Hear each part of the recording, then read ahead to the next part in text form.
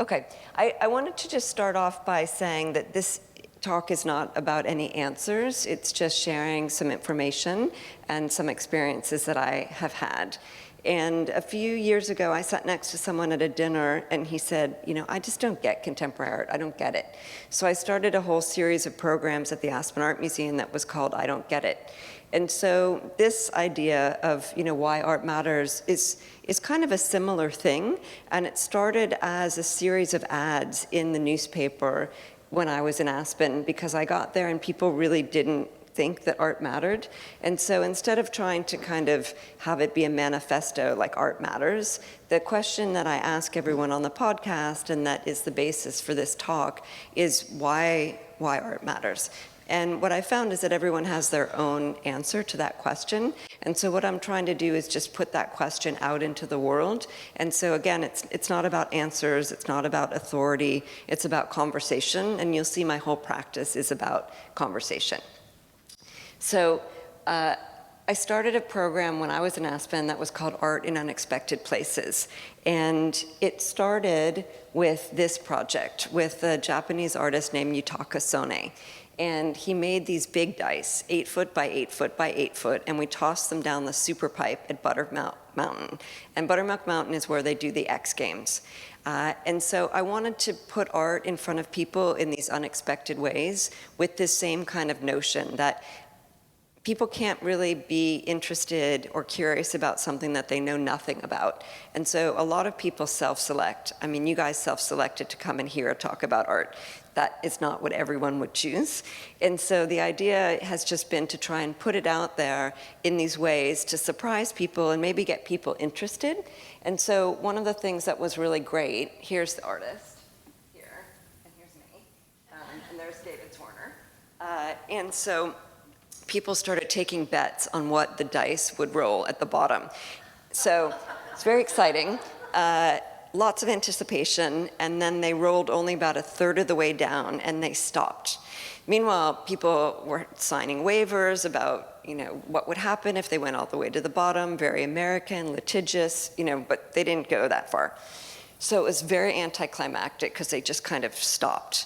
And then there was a few seconds that went by, and then a bunch of kids who were up at the top of the super pipe here started sliding down and then ripping the P-tacks off and then climbing back up and using them as sleds. So it became this really beautiful, incredible, totally unexpected and unplanned, performative, experiential opportunity.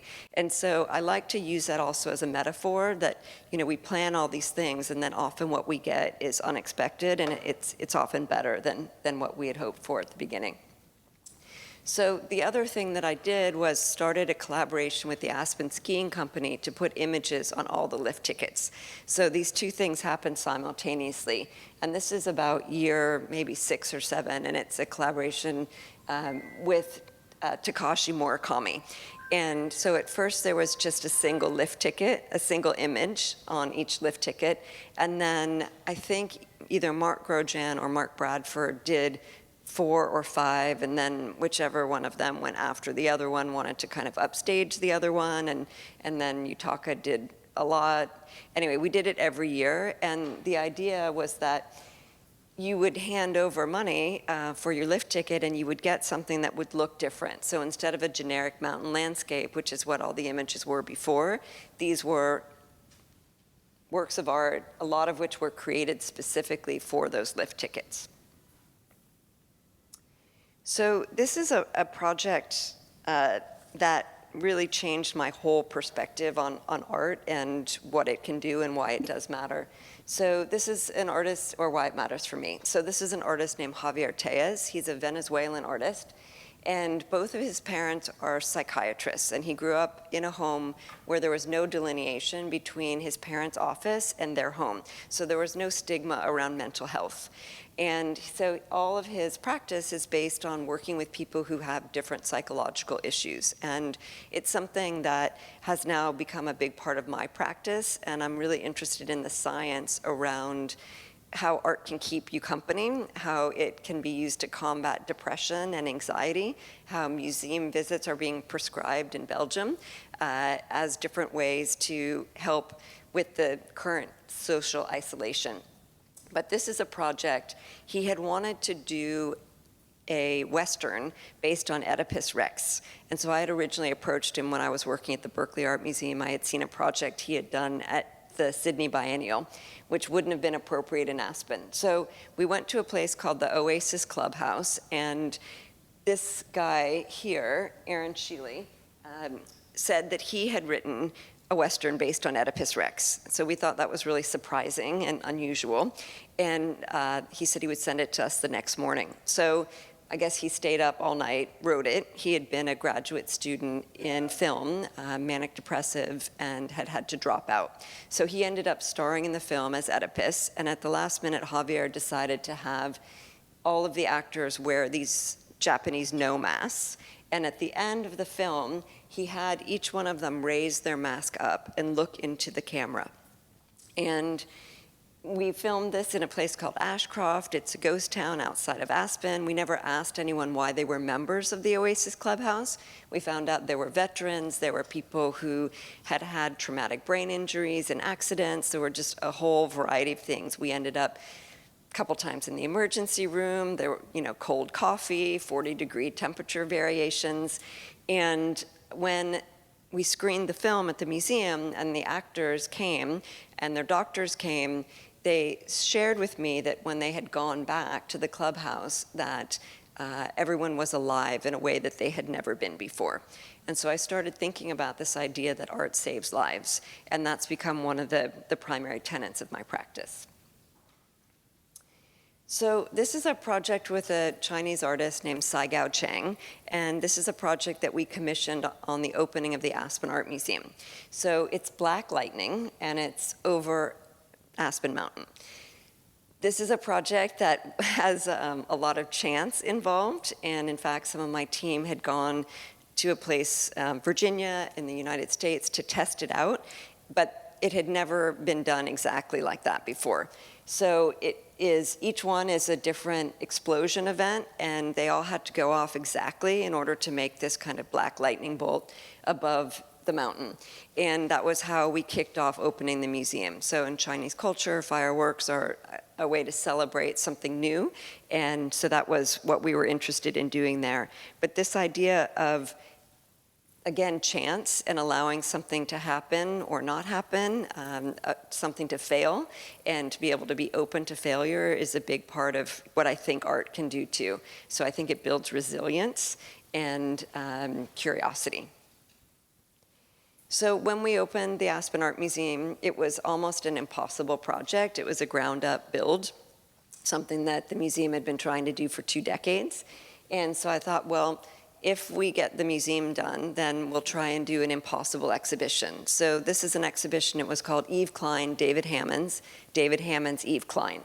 And so I was pairing the body prints, the anthropometries of Eve Klein with the body prints of David Hammond's, the YKB, the Eve Klein blue paintings of Eve Klein with the Kool-Aid drawings of David Hammond's, and the fire paintings of Eve Klein with the basketball drawings of David Hammond's, and then their performative works together. So the Leap into the Void and the Snowball project. So it was an incredible exhibition, and when I look back over the more than 200 exhibitions I've done in my career, this is one of the ones that stands out as a highlight for me. Okay, so if you've read anything about me, you might know that I have built 2 ground-up museum projects, and I think I'm the only woman in the world to have done so. So that is a very niche thing to do, but it was not easy, and it's about the buildings themselves, but it's really about building institutions. So this is the Aspen Art Museum. It is designed by Shigeru Ban, who's a Pritzker Prize winning architect. And part of what's really amazing about it is the woven screen. So some of the iconic elements of the design are that woven screen, and then you can't really see it, but there's a wooden truss system on the roof deck, sculpture garden, and the restaurant at the top. There is a grand staircase, 10 feet wide on the outside, 6 feet wide on the inside, with a glass curtain wall between, a moving elevator, like a moving room, a big glass elevator, and these walkable skylights throughout. But one of the things that I love about the project is that Shigeru Ban is known for working with paper tubes, and the siding is a resin-infused paper. And so it's kind of like a dance move that looks at his humanitarian projects, which use paper tubes, and the whole thing was woven on site. So you get really like the fingerprints of the people that made it, and it gives it kind of a warmth that's very different than a lot of buildings. So I'll just go back for 1 second and say that in 2008, when I was running the Aspen Art Museum and we were looking for an architect, we had 3 finalists. They were Shigeru Ban, who we hired, a Swiss firm named Gigon & Geyer, and a Los Angeles architect named Thom Mayne, Morphosis. And in 2008, the Orange County Museum of Art was also looking for an architect, and they had 3 finalists, Thom Mayne, Shigeru Ban, and an Argentinian firm. So I had the great privilege of building one and then getting to go to Orange County and build the other. So in the same way that the Aspen Art Museum was 20 years in the making, the Orange County Museum of Art was 17 designs over 14 years. And when I got there, Tom said, "Thank you for coming to save us." So when I got there, the project was steel and out of money and just kind of dead in the water. So I probably shouldn't be saying this on camera, but I will. On my first day, I said, "Well, how much money do we have left to raise, and when are we going to open?" And everyone kind of went like this, and so I was like, "You guys are all fired." So within 100 days, I said, "I'll tell you what day we're going to open and how much money we have left to raise." So we set our opening date for October 8th, 2022. So we've been open a little more than 10 months. So let me just see here. Okay, so this is the museum. I'll talk you through it. I have a bunch of different views, and this is actually still when construction was happening, because you can see the construction fence right here. But this is the front entrance, the roof deck sculpture garden. This is the window gallery, and this is the education pavilion. So I'll tell you a little bit more about it. So okay, so another view. So also 5 key elements of the design are these white tiles. Each one, it's made out of terracotta. Each one weighs 70 pounds, and each one is for its specific location. It's like Legos. So, I mean, it's not, but it is, because each one has to be in its place and they're not movable. So this is the education pavilion, the grand staircase here and down here, cantilevered planter, and everything in the building other than the glass was made in America. So that's how we were able to open during the pandemic and the global crisis of materials and whatnot, and within 1% of budget. So that's a Sanford Bigger sculpture, which I'll talk about. Trying to keep myself on my notes. Okay. So here's another view of the museum. So Tom wanted each part of the building to be able to be dramatic and exciting, and there to not be a backside to anything. So there's green on every side. And the building is super interactive and popular.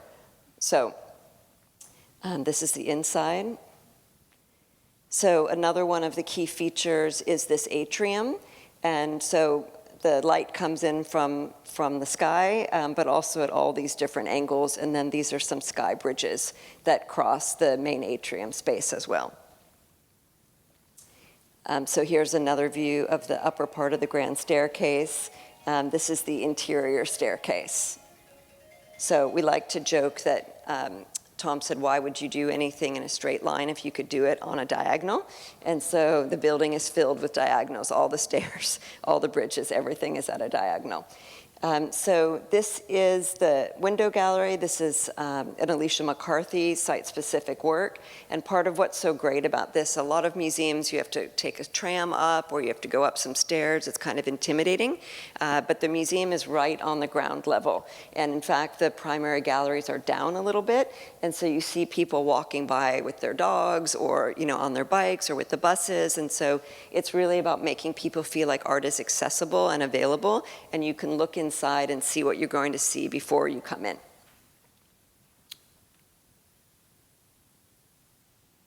Okay, so I wanted to make the museum very welcoming and wanted to also be celebratory. So when we set the opening date, October 8th, 2022, I decided to do a 24-hour opening. So we programmed every hour on the hour, and I went in every kind of place that would have me, social media, all sorts of media, and inviting everyone to come and saying, this is your museum, this is your museum, this is your museum, you're welcome, you're welcome, you're welcome, you're welcome. And I sent out an email every Friday with construction updates, so behind the scenes, and letting people know as the museum was getting built what they would see. And so with this 24-hour opening, I should say that in the old location, the museum would get about 20,000 people a year. So in this location, in the first 24 hours, we had 10,000 people come. So it was really exciting, and I'll talk you through the events that have happened. So we started off with a blessing by these Tibetan monks, and it was not for the public, it was just for our staff, and a way to open up the building and to thank everyone who had been working really hard. So this is a video.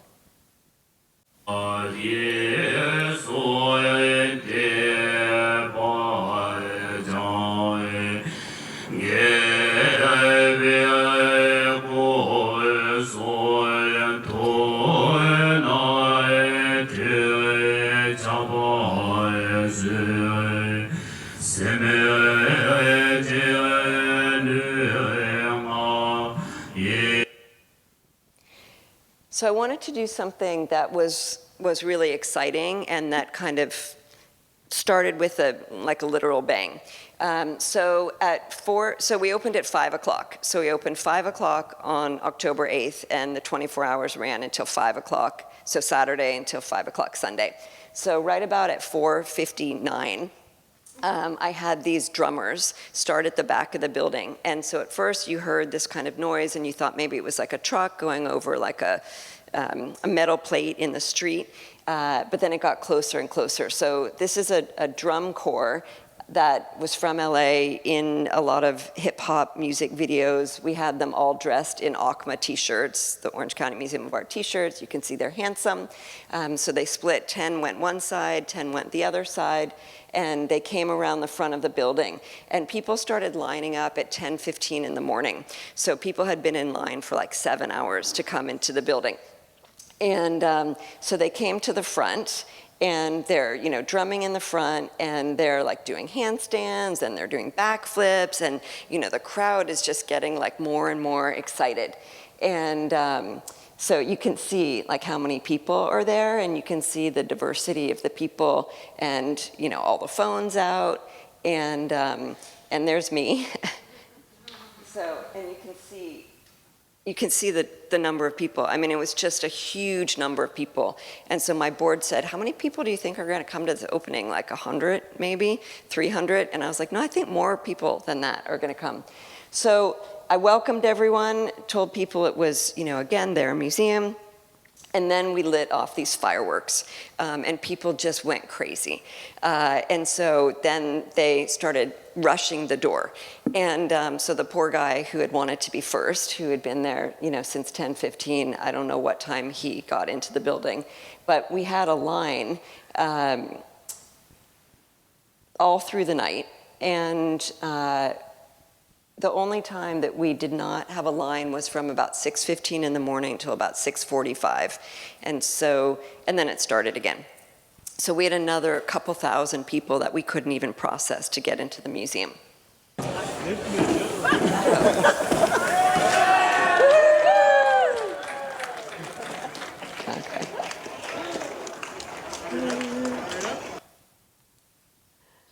Okay, so you can see all these people. And we, again, thought that there would be people, but we didn't know that there were going to be this many people.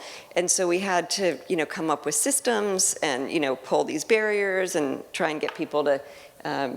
So one of the things about Orange County, which is really interesting, it's 3.1 million people, 34 different cities, tons of different cultural norms, right? So some people will line up for 7 hours and other people are just going to push their way right to the front. So it was really interesting, to figure that out. But people were waiting 4 and 5 hours to get into the museum all through the night. And when they would come inside, they would give each other high fives, and people were super polite. We decided not to serve any alcohol, which I think was really important. And yeah, so we had mocktails. So we had, as I said, something happening every hour on the hour. And this was, we decided to do it based on like a color wheel because we had an exhibition of an artist named Fred Eversley that you'll see. So this was the violet hour of free mocktails that were based on Fred Eversley. So we started right after we opened with a collaboration with something called the Pacific Chorale. So there are a bunch of other organizations right on the same campus that we are. So the collaboration started very close, and then we moved them further out. But so people were singing from the sky bridges. And then we had the Pacific Symphony, and they were doing performances in the galleries. So that's actually the most valuable painting that the museum owns.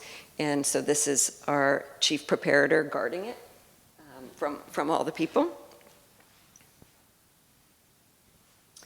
So we had multiple performances happening in multiple galleries. And then we also were doing pop-up tours. So we invited all the past directors and curators of the museum to come back and pick an artwork from the collection to give a talk about it as well. So then as the evening went along, so this is just another view of another one of the performances. And so this is one of the galleries. I curated a show called 13 Women. And here you can see, this is a peek through here. So there's so many things to say, but I'm going to keep going. So this is a work by Charles Ray in the front. It's an ink box. And this is one of our guides explaining the work, and I'll talk a little bit after I talk through the 24-hour opening of our strategy of making people feel welcome. And the work in the back is a work by Alice Aycock that the museum had owned for 40 years and had never shown. So we put that together during the pandemic and then showed it when we opened. So this is the Fred Eversley work, just showing how people were interacting with the work in ways that were fun and different, non-hierarchical. So then we did a silent dance party so that people were wearing headphones, and there were 3 different DJs, and each one had a different color, red, yellow, and green, and so you could tell, which people were dancing to, which DJs, and then you could change them around. So this is the upper plaza of the museum. And just, again, this was like from 11 at night to 1 in the morning. So there were just, this is, how many people were there, kind of all the time. So it was just full all through the events. So this is the line at 1 o'clock in the morning. So people are still, lined up all the way, a long way.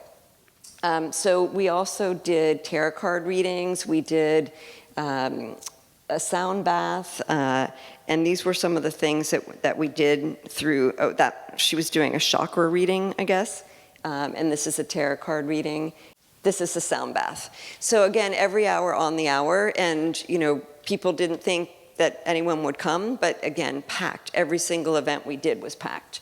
So here people are laying in front of a Sarah Kane painting on the left there. So, and then we did sunrise yoga. So again, completely packed. We had like 300 people do sunrise yoga at 6 a.m. So then we did vegan donuts. I'm vegan. And so we were handing out the donuts in the line to people that were waiting. And then we also did a matcha ceremony. If you follow me on social media, you see I drink matcha every morning. So we had a company and anyway, we did a matcha ceremony. So then we had a dance performance with a kid group in the afternoon.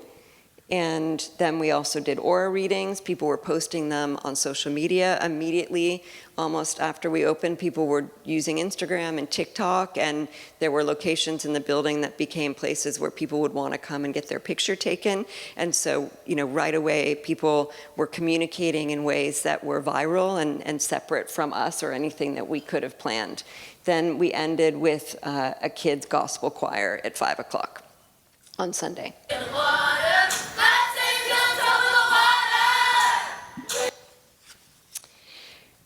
Okay, so our philosophy, my philosophy, is that access to art is a basic human right and not a privilege. So that's what I say all the time. So I was able to secure a sponsor to have free general admission to the museum for the first 10 years.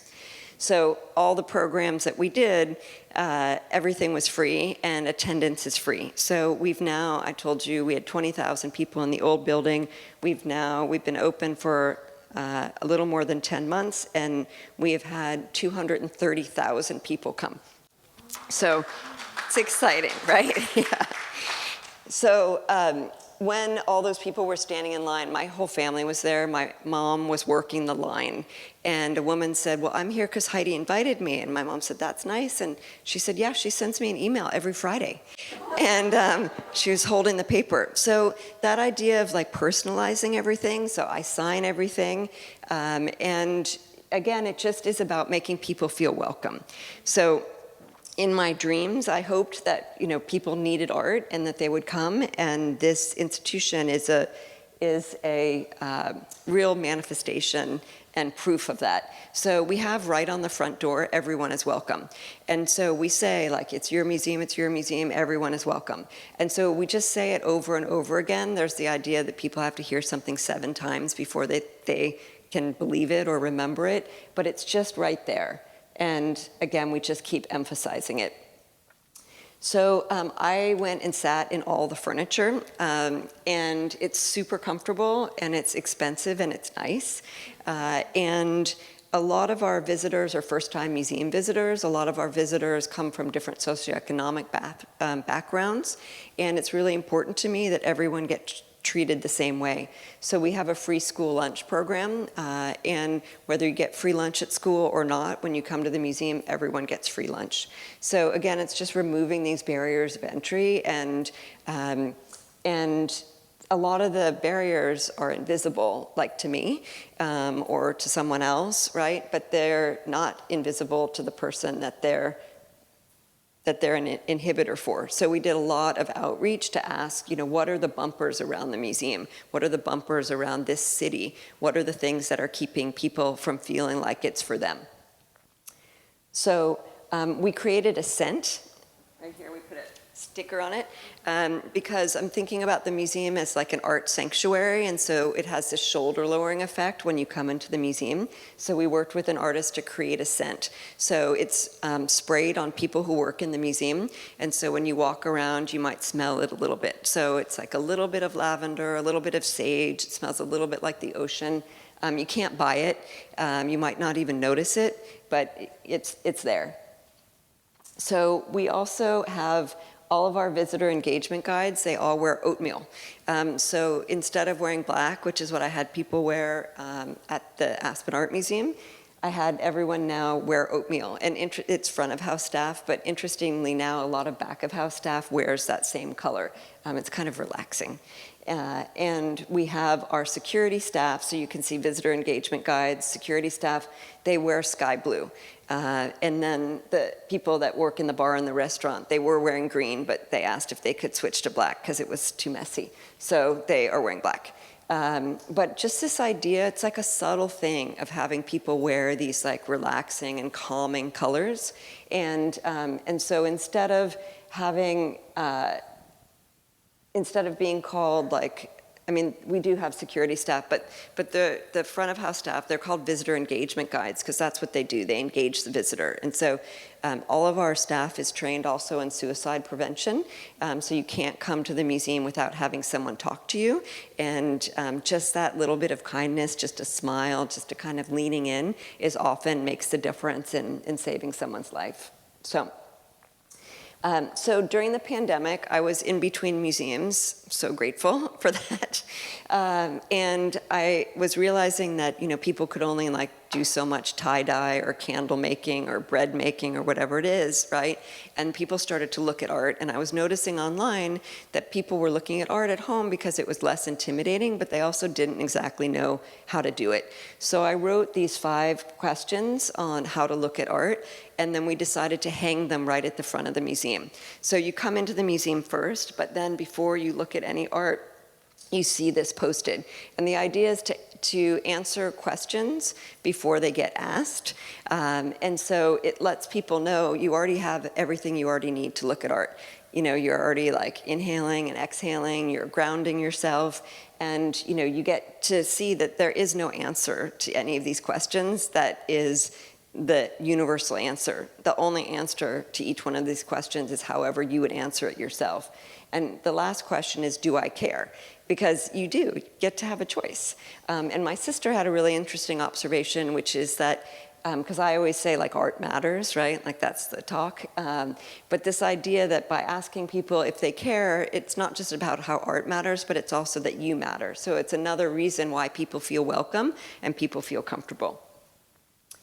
So we also have a shop, and we don't run the shop ourselves or the museum ourselves. We have outside collaborators, but the idea is it's not just a typical museum shop. It's run by 2 French guys who are collectors, and so we have things like vintage design and fashion and furniture, and then of course we do have some of what we call the museum churn, right, like a keychain or a postcard or whatever.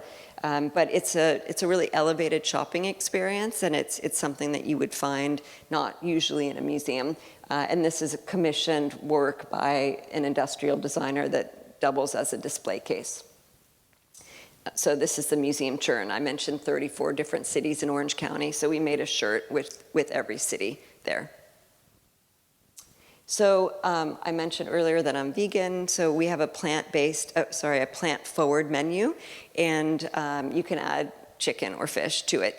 But we also have a bar, and it opens up totally to the outside, and so I love this idea that there's a bar in a museum, and it may be more common in other places, but it's not that common in the US. So again, it's a place that you might come for a drink and then see art out of the corner of your eye. You may come to buy a gift for someone and then see art out of the corner of your eye. And so here you can see it totally opens up. So it closes as well, but we have a really nice climate. Probably very similar to what you have here. And so we have this indoor-outdoor experience. And the museum was really designed as this indoor-outdoor experience, and it was designed, I told you 17 designs over 14 years, but I was able to augment some of the design, and that was during the pandemic. And so I wanted to be able to create an experience where people could have a full viewing experience of the museum without ever having to go inside. So that was really fortunate. So again, this is the menu, small plates, entrees, and desserts. Okay, so this idea of You Matter, part of how we do that also is within our exhibition program, and so having a diversity of people who can see themselves reflected in the artworks on view. So the museum was founded 60 years ago by 13 visionary women who thought that Orange County deserved art and culture similar to a major metropolitan area. So I curated a show which was called 13 Women, All Works from the Collection, and the first work that you saw is a work here by an artist named Joan Brown. And the reason I wanted to show that is because you see 2 figures arm in arm looking at Egyptian art. And most people would probably recognize that as Egyptian art, but very few people, and actually I haven't met one, who could read the hieroglyphics.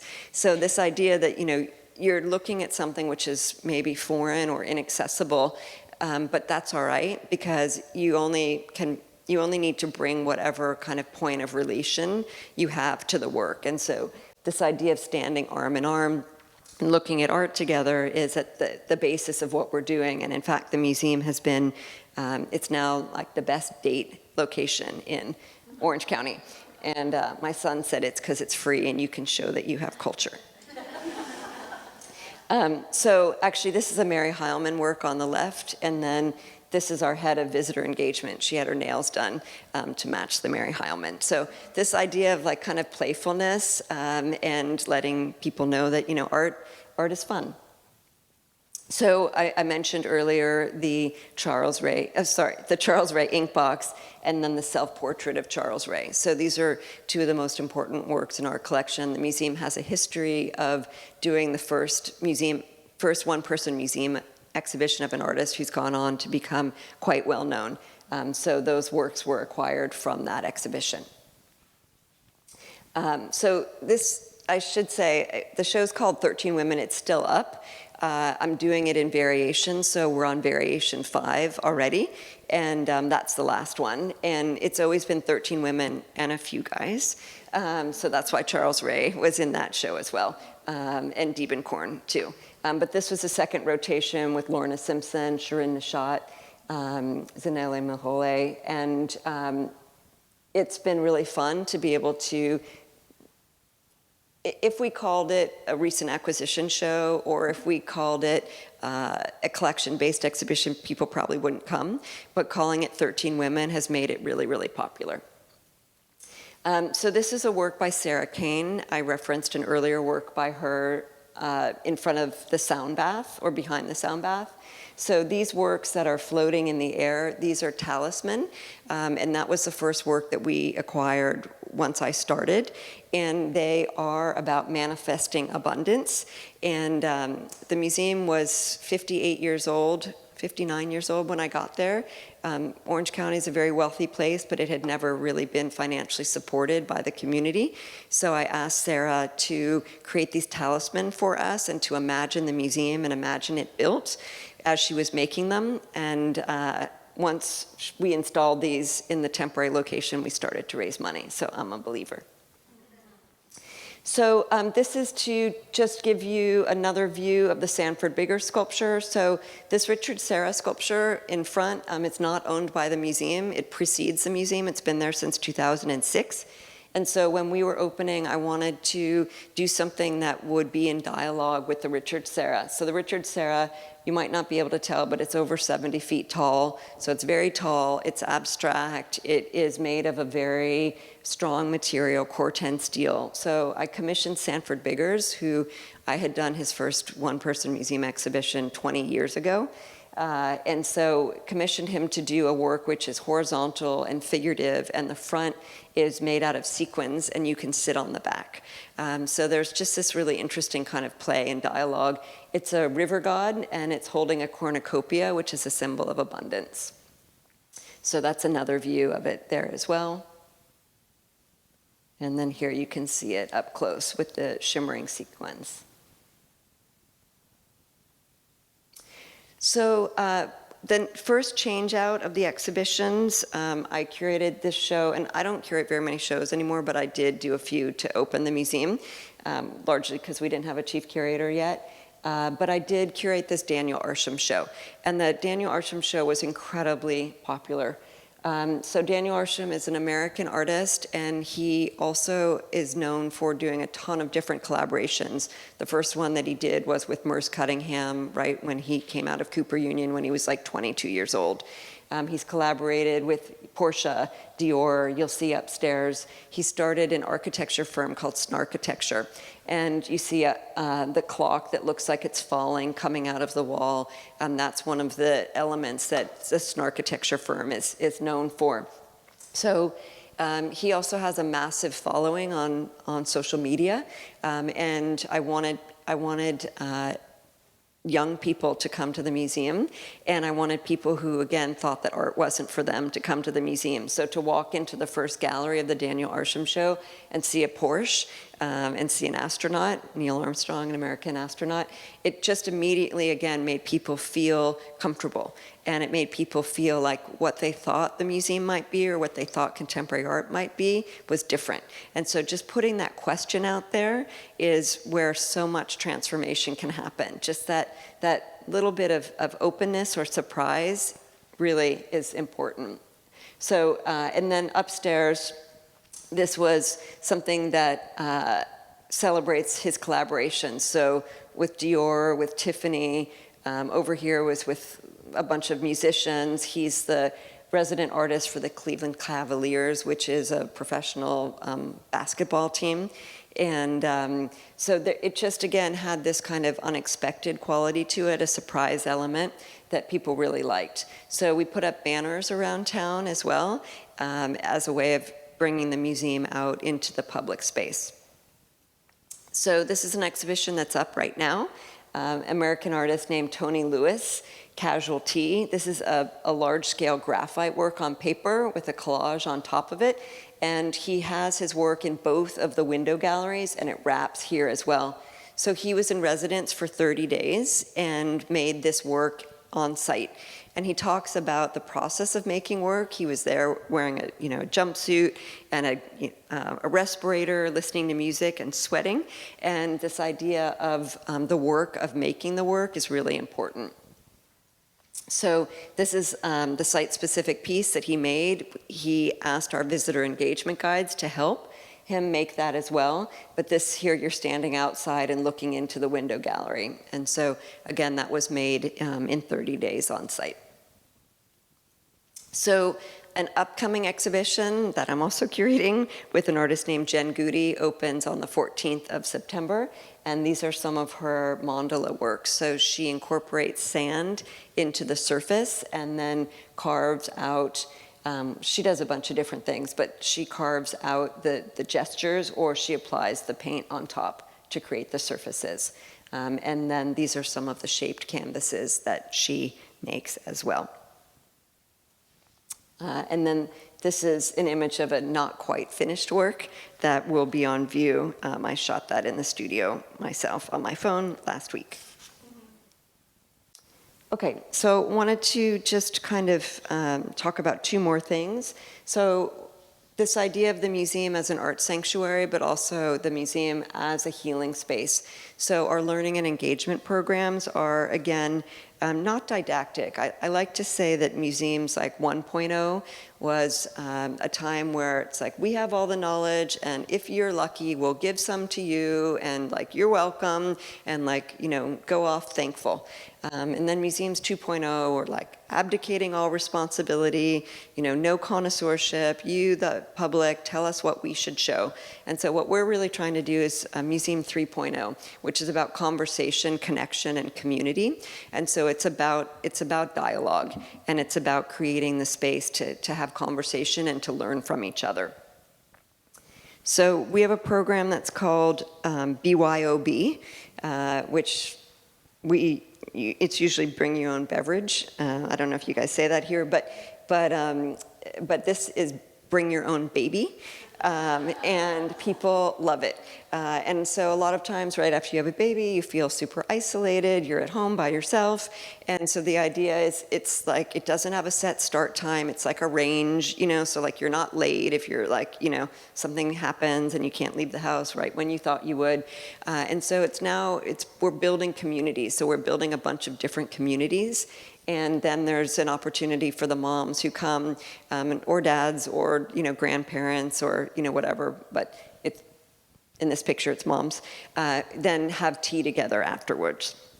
So we believe that art helps you discover, find, explore yourself. That keeps you company, and we believe it brings people together. And we believe that art helps you discover what you value. So we do something also which is called Big Night Out, and again, it's free, and we're bringing in different local DJs and musicians who then, of course, invite their own communities as well. And I really like this idea of the 3.1 million people in the 34 different cities. And the museum, because it has free general admission, is the one place in our community where people can rub shoulders with people that are not like them. And so I like to say, art doesn't care what you did or didn't do on Sunday. It doesn't care who you did or didn't vote for. It doesn't care what your social economic status is, particularly if you have free admission.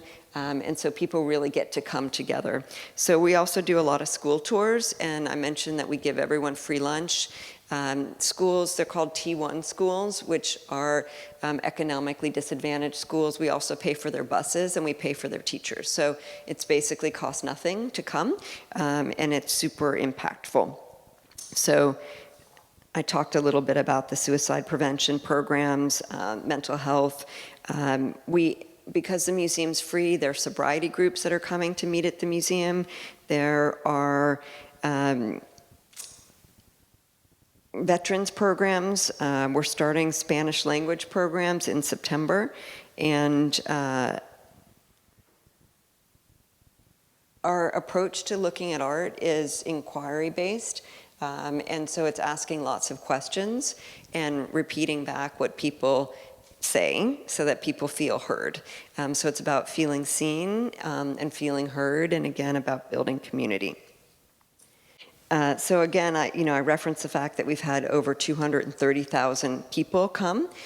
We've done 160 programs in 250 days. So we're, I like to say we're overachievers at the Orange County Museum of Art. And of those 230,000 people, about 20,000 of them have participated in some kind of public program.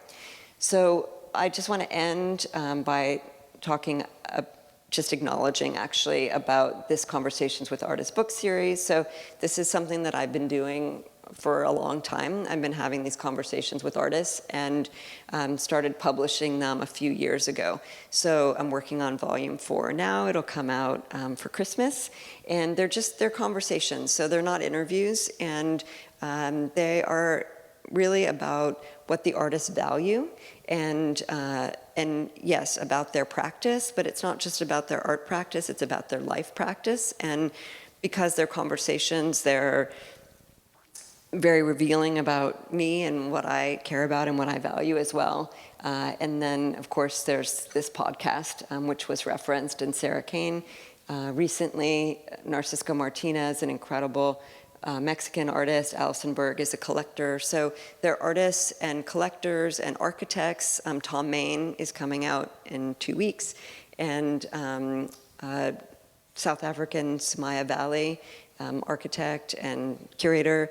She's the next one. So it's really very global. It's people from all over. And yeah, I'm here because I'm interested in conversation. So thanks for listening to me for a little bit, and I'd love to have any questions or be in conversation with you guys as well. So, thank you.